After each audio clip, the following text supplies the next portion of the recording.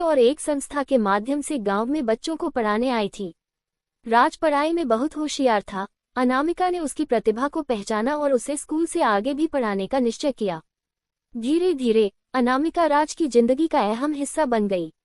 वह उसे पढ़ाती, अच्छे कपड़े देती, शहर की किताबें और कभी कभी खिलौने भी लाकर देती।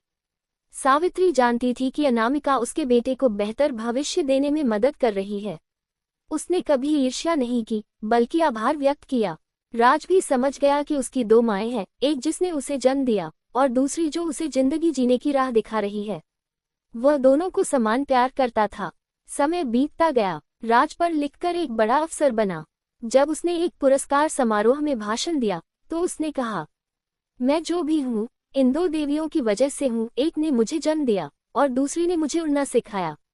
मेरी दो माएं हैं और दोनों मेरे लिए भगवान से कम नहीं। ये सुनकर दोनों माँओं की आंखों में आंसू आ गए। आज उनका बेटा दोनों के प्यार और त्याग की मिसाल बन गया था। सीख, एक माँ वो होती है जो जन्म देती है और दूसरी वो जो बिना किसी स्वार्थ के आपको संवारती है। माँ सिर्फ खून का रिश्ता नहीं होती, वह दिल से जुड़ती है। शीर्षक, फेरी सौतेली बेटी सखी बन गई। बहुत समय पहले की बात है।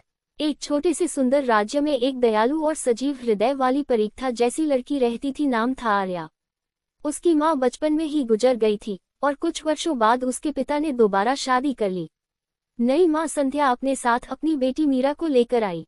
मीरा सुंदर, शांत लेकिन थोड़ी अलग थलग रहने वाली लड़की थी।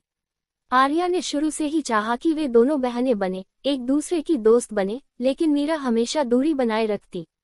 दो दुनियाओं की लड़कियां। आर्या उत्साही, बातूनी और सभी की मदद करने वाली थी।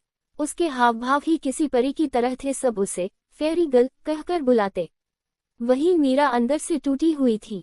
उसकी माँ अक्सर उसे आर्या से तुलना करती, जिससे वो और अधिक कुंठित हो जाती। एक दिन महल में एक बड़ी प्रतियोगिता की घोषणा हुई। राज्य की सबसे योग्य युवती को राज्य की प्रतिनिधि बनाकर एक राजकीय यात्रा पर भेजा जाएगा। इस प्रतियोगिता में केवल एक ही लड़की चुनी जानी थी। आर्या और मीरा दोनों ने हिस्सा लिया। आर्या के स्वाभाविक गुण सबको भा गए, लेकिन मीरा ने भी हार नहीं मानी। उसने चुपचाप मेहनत की, लेकिन जब प्रतियोगिता का दिन आया, मीरा की मां ने आर्या की पोशाक में हल्का सा दोष डाल दिया ताकि उसकी प्रस्तुति खराब हो जाए। जब सच सामने आया, आर्या का प्रदर्शन अच्छा नहीं रहा, लेकिन उसने किसी पर आरोप नहीं लगाया। वह चुप रही। जब मीरा ने ये देखा कि आर्या को चोट लगी लेकिन उसने फिर भी मुस्कुराकर उसे शुभकामनाएं दी, तो उसका दिल पिघल गया। पहली बार उसने महसूस किया कि आर्या उसकी दुश्मन नहीं, दोस्त बनने की कोशिश कर रही है। अगले दिन मीरा